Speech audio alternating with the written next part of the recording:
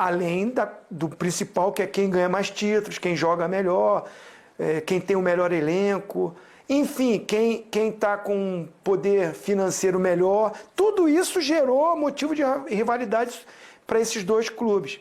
Eu concordo com o Bubu, por tradição, por história, de repente o Boca Juniors e o River, sim, foi aquela grande decisão, mas foi manchada pelo comportamento ridículo dos torcedores que partiram de uma rivalidade, se excederam para agressão, né? Jogar pedra, machucar jogador, e essa final nem acontece na Argentina. Ela é obrigada, ela não foi para a Espanha porque os clubes queriam, porque a Conmebol queria. Foi porque foi manchada pelos torcedores argentinos. Então, uma história que era para ser muito mais linda, muito mais bonita, e essa final, sem dúvida, ser a maior da história, para mim ficou manchada. Essa do Flamengo e Palmeiras vai ser num outro estádio também tão importante como foi o Maracanã para Palmeiras e Santos. Porque o Centenário também é um estádio de Copa do Mundo, de final de Copa do Mundo. Então, por tudo isso e pelo momento que essas equipes vivem, para mim, assim, o grande rival do Flamengo hoje é o Palmeiras, assim, se a gente for pelas mídias. Não é o Flamengo, o Botafogo e o Fluminense que andam mal. O Fluminense melhorou, mas não tem mais aquela competitividade aqui jogando. Tem de história, de tradição, que é linda de todos esses clubes. Mas no cenário nacional, o Palmeiras há anos é o grande rival do Flamengo e o Flamengo é do Palmeiras também. Por mais que o Corinthians tenha vencido, tenha conquistado títulos na última década. Mas assim, resumindo, essa final é, como você fala, João, incrível, memorável.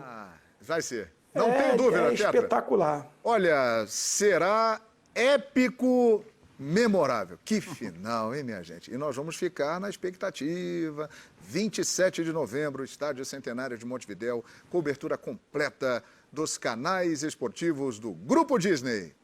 Meu amigo Fabrício, editor-chefe do programa, que eu não sei porquê, ele virou para mim hoje e falou assim: João, não me chame até o dia 27 de novembro de Fabrício da Fiel. Eu quero ser chamado de Fabrício da Nação. Virou casaca temporariamente, né? Falou pra mim, você falou, até 27 de novembro, me chame, por gentileza, de Fabrício da Nação.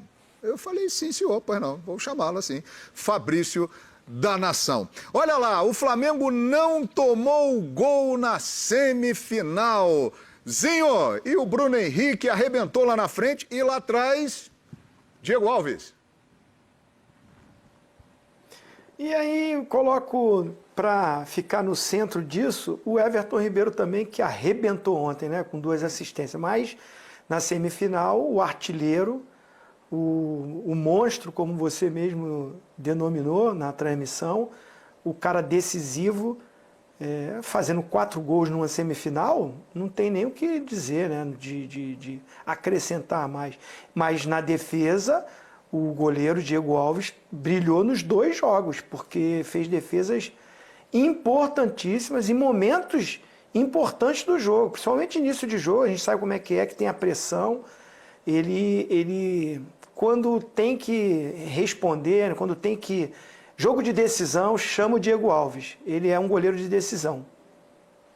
Jean, Flamengo 2-0 lá, 2-0 cá, Flamengo na final da Libertadores.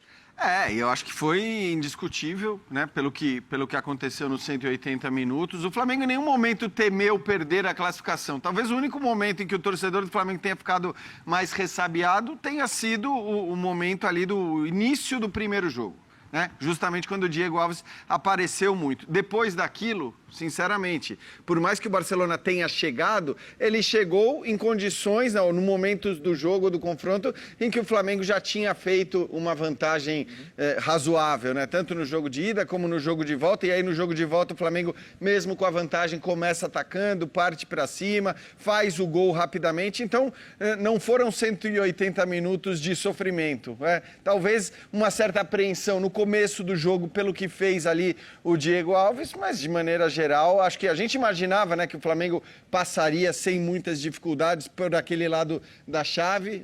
O Flamengo era apontado, acho que desde que houve ali as chaves desenhadas, todo mundo já apontava grandes chances do Flamengo chegar à final, e isso se confirmou, acho que sem nenhuma dificuldade, sem nenhuma grande tensão por parte do torcedor. Pois é, o Flamengo zerado, e não levou gol na semifinal, Rodrigo Bueno.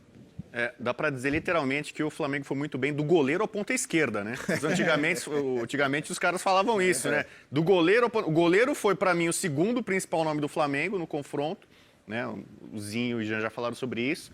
Diego Alves para mim, eu diria mais, eu diria que no começo dos 2 jogos, porque o Barcelona para mim merece muitos aplausos. Sem dúvida. Ele me surpreendeu positivamente e também acho que muita gente não imaginava.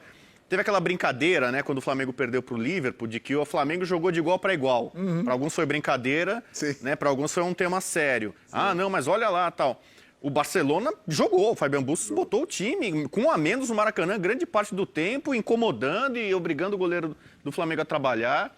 Só que o Bruno Henrique, se bobear, ele vai alcançar o Gabigol, né? Na lista de artilheiros de Libertadores. Ele está a 1 gol de superar o Zico. Então, essa é outra discussão, Na né? Libertadores. As Libertadores recentes têm mais jogos, então todos os recordes vão acabar caindo, né? Mais gols, mais partidas.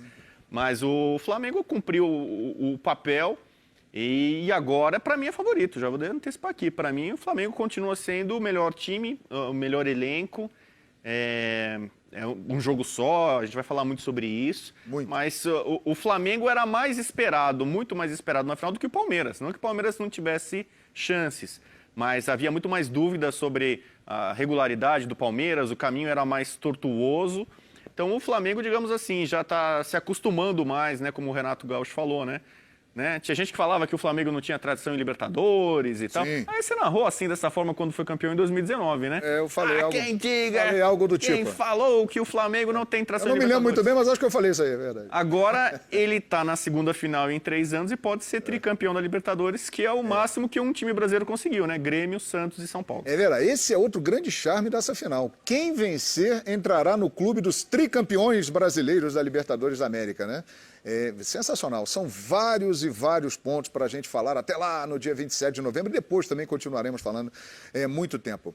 A atuação do Flamengo mereceu aplausos e Diego Alves foi um grande destaque. E aí muita gente leva para o lado positivo e muita gente para o lado negativo. Porque se ele trabalhou tanto assim, é porque o sistema defensivo apresentou algumas brechas, algumas falhas. Você vê por qual lado essa situação do Diego Alves nessa semifinal, Jean? Então, eu acho que primeiro as chances criadas pelo Barcelona têm a ver com uma opção de jogo do Barcelona. É um time que se dispõe a atacar o Flamengo do jeito que o Barcelona se dispôs a atacar, com o número de jogadores que o Barcelona usou para atacar o Flamengo, ele vai conseguir atacar, ele vai conseguir criar algumas chances. E acho que isso aconteceu. Ao mesmo tempo, é um dilema sempre. Para quem enfrenta o Flamengo, é um dilema. Você vai fazer isso e vai dar ao Flamengo o espaço do qual ele tanto se aproveita, porque a verdade é essa, o Flamengo não é um time só de imposição, né, do perde-pressiona, da marcação alta, já foi em muitos momentos esse time da marcação alta, mas o Flamengo é um time letal nos contra-ataques. Quando a gente destaca o Bruno Henrique como o grande nome, né, das 2 partidas, junto com o Diego, mas acho que o Bruno Henrique foi o cara que decidiu ali na frente. O que é o Bruno Henrique, essencialmente? Ele não é o cara da posse de bola, ele não é o cara que faz o que o Everton Ribeiro fez